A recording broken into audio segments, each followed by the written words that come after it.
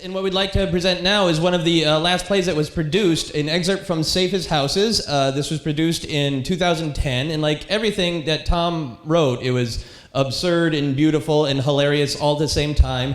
And there's a lot going on in the play, but the basic premise is that there is a real estate agent who is desperately trying to sell a house that is situated on the mouth of hell. So please enjoy Chris Carlson and Mo Perry in this excerpt from Safe as Houses.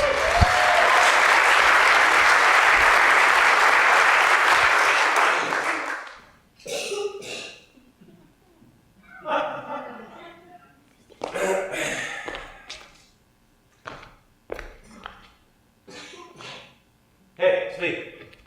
So what about this? What if you have a murder in a house, and so by code it's not a listed exception, but one of the supposed elements of the story could clearly be perceived as supernatural. Perceived supernatural phenomenon is a listed exception, so I don't know. A haggard Japanese woman crawls out of the water feature and through the TV screen and murders the owner. That would pretty clearly be perceived supernatural phenomenon, even if it wasn't reported as fact. So, my question is, do you have to disclose it to the potential buyer, or do you not? No. It didn't happen. It's a hypothetical. I told you already. Tuna. Look, yes, that's fine. But if you ask me that one more time, I'm going to put you in a home. Right. Oh, hey, yeah, I gotta go. I love you too. That's crazy. Yeah. I've never felt anything like that before from a place, a room. I cut myself. Here you go. You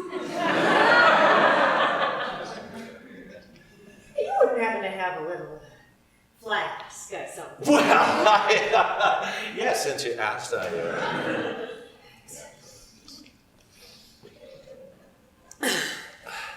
It's one of the great drunk myths that you can't smell vodka on your breath.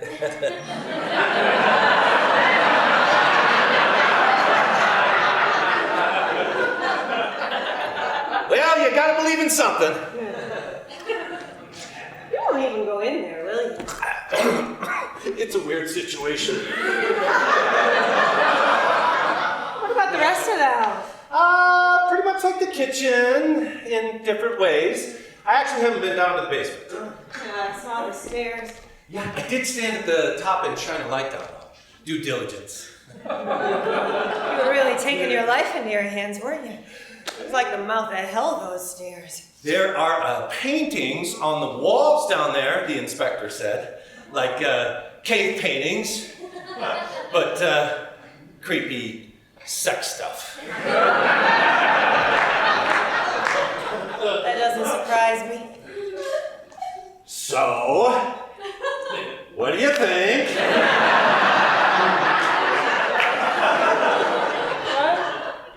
You want to make an offer? It's so weird. It's like a wave of doom and depression swept over me the minute I set foot in there. You know, I think of something like a breakfast nook as being able to suck the life out of you. It was pretty clearly intended to be cheerful. Somehow. How long have you been shown in this house?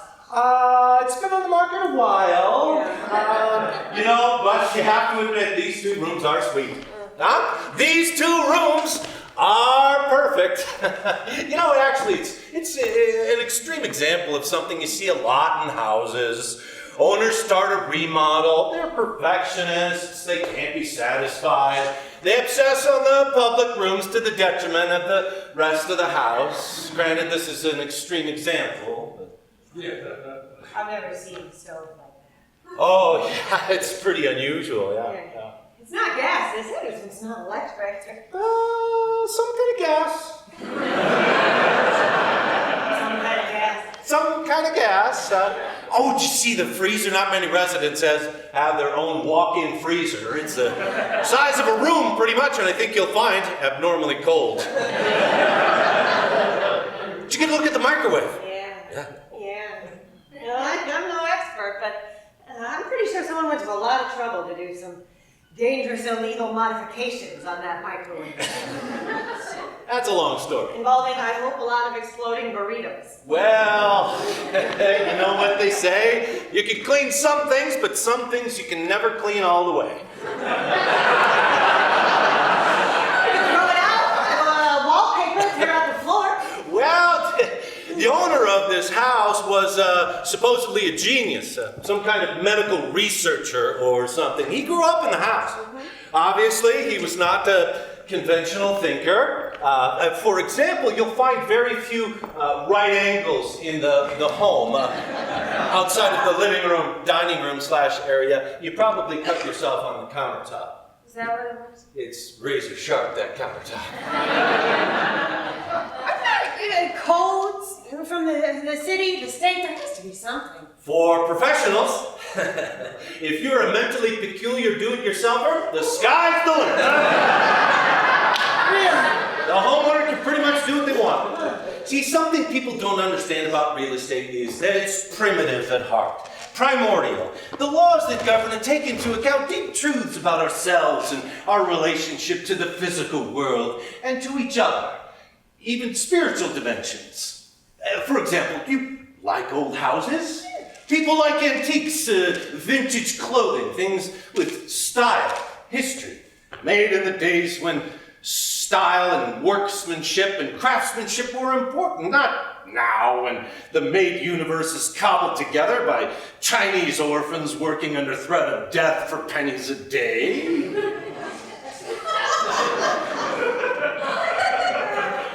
But you know, everything old is haunted.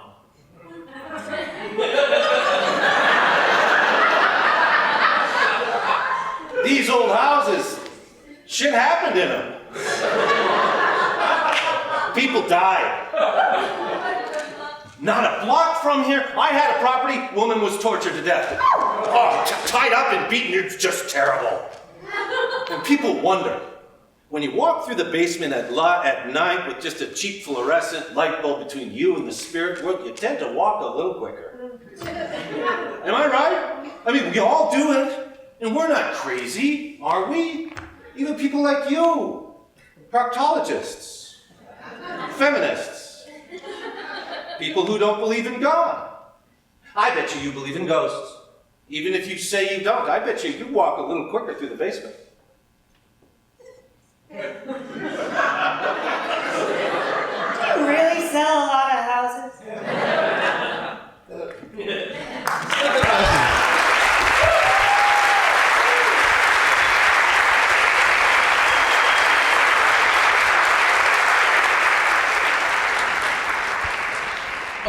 So I produced and got a chance to actually perform in that along with Anna Sundberg. And Anna and I would sit on the sidelines while Tom worked these scenes with Chris and Mo, and we would write down things that Tom would say. And our favorite note came from this session, because we never actually did manage to figure out what Tom meant. But he said it with great weight. He said, "Everyone who comes to this house will either knock or they won't."